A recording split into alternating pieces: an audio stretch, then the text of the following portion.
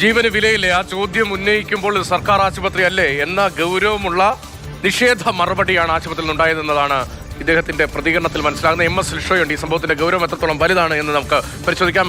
ലിഷോയ്, വളരെ ഗൗരവ സ്വഭാവമുള്ളൊരു പരാതിയാണ് തൃശൂർ മെഡിക്കൽ കോളേജിനെതിരെ ഉയർന്നു വരുന്നത്. ജീവൻ രക്ഷിക്കേണ്ട ഡോക്ടർമാർ, ആശുപത്രി ജീവനക്കാർ സർക്കാർ ആശുപത്രിയിൽ എങ്ങനെയൊക്കെ നടക്കൂ എന്ന് പറഞ്ഞാൽ എങ്ങനെ കാര്യങ്ങൾ മുന്നോട്ട് പോകും? അവിടുത്തെ സ്ഥിതി യഥാർത്ഥത്തിൽ എങ്ങനെയാണ്?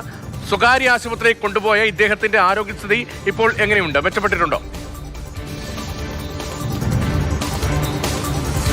അതായത് വളരെ ഗുരുതരമായ ആരോഗ്യസ്ഥിതിയിലാണ് KSRTC ഡ്രൈവറായ രാജേഷിനെ പന്നിത്തടത്ത് വെച്ചാണ് ഈ ഒരു അപകടമുണ്ടായത്. മീൻ ലോറിയുമായി ഇടിച്ച് KSRTC ഡ്രൈവർ ഉൾപ്പെടെയുള്ള 4 പേർക്ക് ഗുരുതരമായി പരിക്കേറ്റിരുന്നു. അതിൽ ഏറ്റവും ഗുരുതരമായി പരിക്കേറ്റ ഈ രാജേഷിനെ ആദ്യം തന്നെ മലങ്കര ആശുപത്രിയിലേക്കാണ് കൊണ്ടുപോയത്. അവിടെ നിന്നാണ് തൃശൂർ മെഡിക്കൽ കോളേജിലേക്ക് ആശുപത്രി അധികൃതർ റഫർ ചെയ്ത് വിട്ടത്. അങ്ങനെ റഫർ ചെയ്ത് വിട്ട് ആംബുലൻസിൽ തന്നെ കൊണ്ടുവന്നു. ഈ ആംബുലൻസിൽ കൊണ്ടുവരുന്ന സമയത്ത് ഈ ആംബുലൻസ് ഡ്രൈവർ മാത്രമാണ് കൂടെയുള്ളത്. മറ്റ് ബൈസ്റ്റാൻഡർമാരും തന്നെ ഇല്ല. അതുകൊണ്ട് തന്നെ ഈ ആംബുലൻസ് ഡ്രൈവർ തന്നെ ഈ വാഹനത്തിൽ നിന്ന് നേരെ കാഷ്വാലിറ്റിക്ക് അകത്ത് കൊണ്ടുപോകുന്നു. കാഷ്വാലിറ്റിക്ക് അകത്ത് കൊണ്ടുപോയപ്പോൾ ഉള്ള സ്ഥിതിയാണ് ഈ ആംബുലൻസ് ഡ്രൈവർ വിവരിച്ചത്.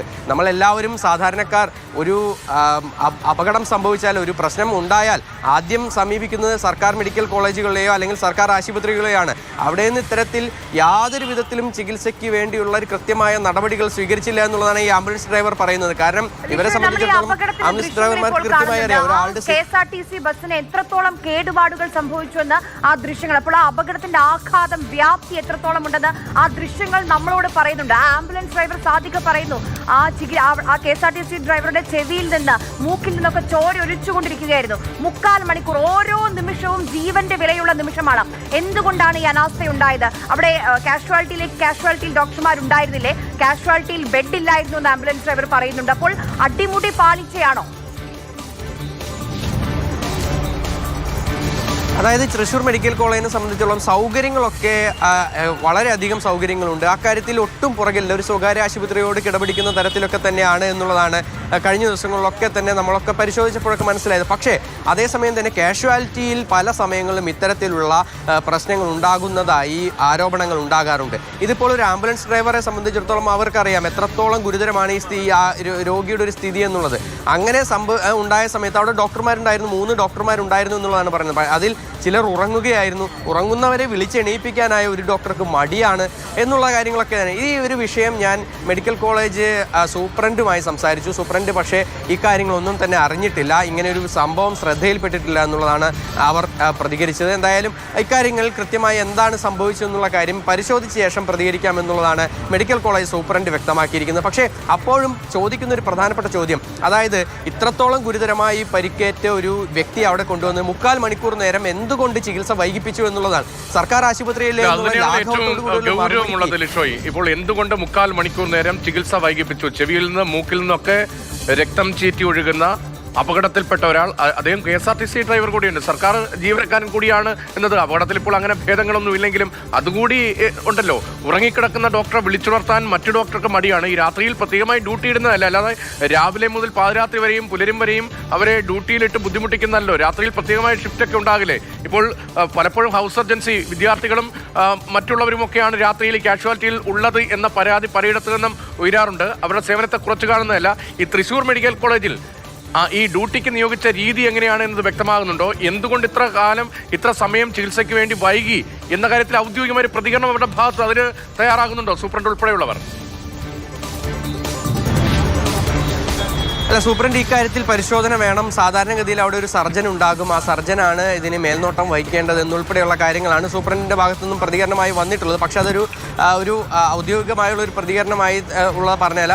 സ്വാഭാവികമായും ഈ ഒരു വിഷയം അറിഞ്ഞ് ഞാൻ ഫോണിൽ ബന്ധപ്പെട്ടപ്പോൾ അവരുടേതായി വന്ന ഒരു പ്രതികരണമാണ്. അത് കൂടുതലായി പരിശോധിക്കുമെന്നുള്ളതാണ് പറയുന്നത്. പക്ഷേ നേരത്തെ രതീഷ് സൂചിപ്പിച്ചതുപോലെ തന്നെ ഈ രാത്രിയുള്ള ഡോക്ടർമാർ അവിടെ കിടന്ന് ഉറങ്ങുന്നു എന്ന് പറയുന്നത് യാതൊരു വിധത്തിലും രോഗികൾക്ക് ചികിത്സ നിഷേധിക്കുന്നതിനൊരു കാരണമല്ല. അതൊരിക്കലും പാടുള്ള ഒരു കാര്യമല്ല. അങ്ങനെ ചെയ്യാനും പാടില്ല. കാരണം മറ്റൊന്നുമല്ല, ഇവർക്ക് പകൽ മറ്റ് ജോലികളോ ഒന്നും തന്നെ മെഡിക്കൽ കോളേജിൻ്റെ ഭാഗത്തുനിന്നും അസൈൻ ചെയ്യുന്നതല്ല. അതേസമയം തന്നെ കൃത്യമായി രാത്രിയിൽ വരുന്ന രോഗികൾക്ക് ചികിത്സ ലഭ്യമാക്കുന്നതിന് വേണ്ടി ഉത്തരവാദിത്തപ്പെട്ടവരാണ്. അങ്ങനെ ഉത്തരവാദിത്തപ്പെട്ടവരാണ് ഇത്തരത്തിൽ നിസ്സംഗ മനോഭാവത്തോടു കൂടി അവിടെ പെരുമാറിയിരിക്കുന്നത്. അതിനോടൊപ്പം തന്നെ ഈ മെഡിക്കൽ കോളേജിൽ നിന്ന് തൃശൂർ മെഡിക്കൽ കോളേജിലെ സൂപ്രണ്ടുമായി ബന്ധപ്പെടാൻ ശ്രമിക്കുന്നുണ്ട്. അവർ സംസാരിക്കുമോ എന്ന് പ്രതികരിക്കുമോ എന്ന് നമുക്കറിയില്ല.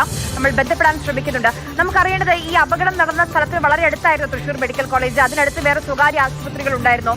വളരെ പെട്ടെന്ന് മറ്റൊരു ആശുപത്രിയിലേക്ക് എത്തിക്കാൻ കഴിഞ്ഞു ഈ KSRTC ഡ്രൈവറുടെ. അദ്ദേഹത്തിന്റെ ആരോഗ്യനില ഇപ്പോൾ എങ്ങനെയാണ് ലിഷോയ്? അതായത് ഈ പന്നിത്തടത്ത് വെച്ചാണ് ഈ അപകടം നടക്കുന്നത്. അവിടെ നിന്ന് ഏറ്റവും അടുത്ത സ്വകാര്യ ആശുപത്രി എന്ന് പറയുന്നത് കുന്നംകുളത്തുള്ള മലങ്കര ആശുപത്രിയാണ്. ആ ആശുപത്രിയിലേക്കാണ് ആദ്യം പരിക്കേറ്റ എല്ലാവരെയും കൊണ്ടുവന്നത്. അതിൽ പ്രാഥമിക ചികിത്സ നൽകേണ്ടവർക്ക് അവിടെ നൽകി. ബാക്കിയുള്ള ഗുരുതരമായി പരിക്കേറ്റവരെ 3 പേരെ തൃശ്ശൂർ അമല മെഡിക്കൽ കോളേജിലേക്ക് കൊണ്ടുപോകുന്നു.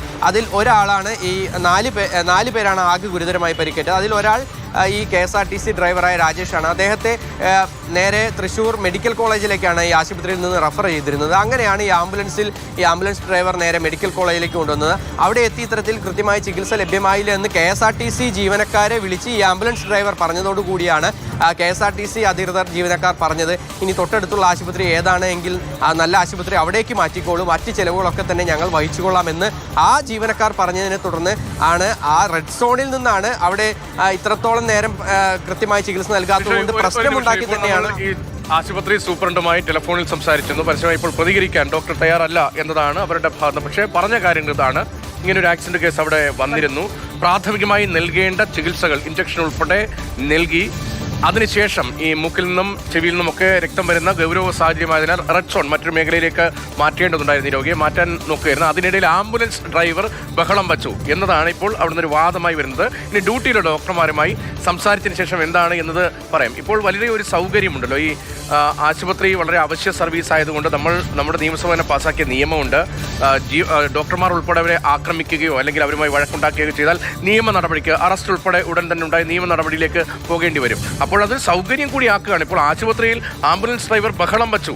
അതാണ് യഥാർത്ഥത്തിൽ സംഭവിച്ചത്. ആംബുലൻസ് ഡ്രൈവറുടെ മുകളിലേക്ക് ഈ പഴിയെല്ലാം ചാരാനുള്ള ശ്രമമാണ്. സാധാരണ പലയിടത്തും ഇത്തരം പരാതികൾ ഉണ്ടാകുമ്പോൾ ഈ രോഗികളുടെ കൂട്ടിരിപ്പുകാർ, ബന്ധുക്കൾ അവർക്കുൾപ്പെടെ കേസെടുക്കുന്ന സ്ഥിതിയുണ്ട്. നിയമം ദുരുപയോഗം ചെയ്യപ്പെടുന്ന സ്ഥിതിയുണ്ട്. അത്തരത്തിലാണോ വാദം ഇവിടെയും ഉയർന്നു വരാൻ പോകുന്നത് എന്നറിയില്ല. എന്നാലും സൂപ്രണ്ട് പറഞ്ഞ കാര്യങ്ങളൊക്കെ ചെയ്തിട്ടുണ്ട്.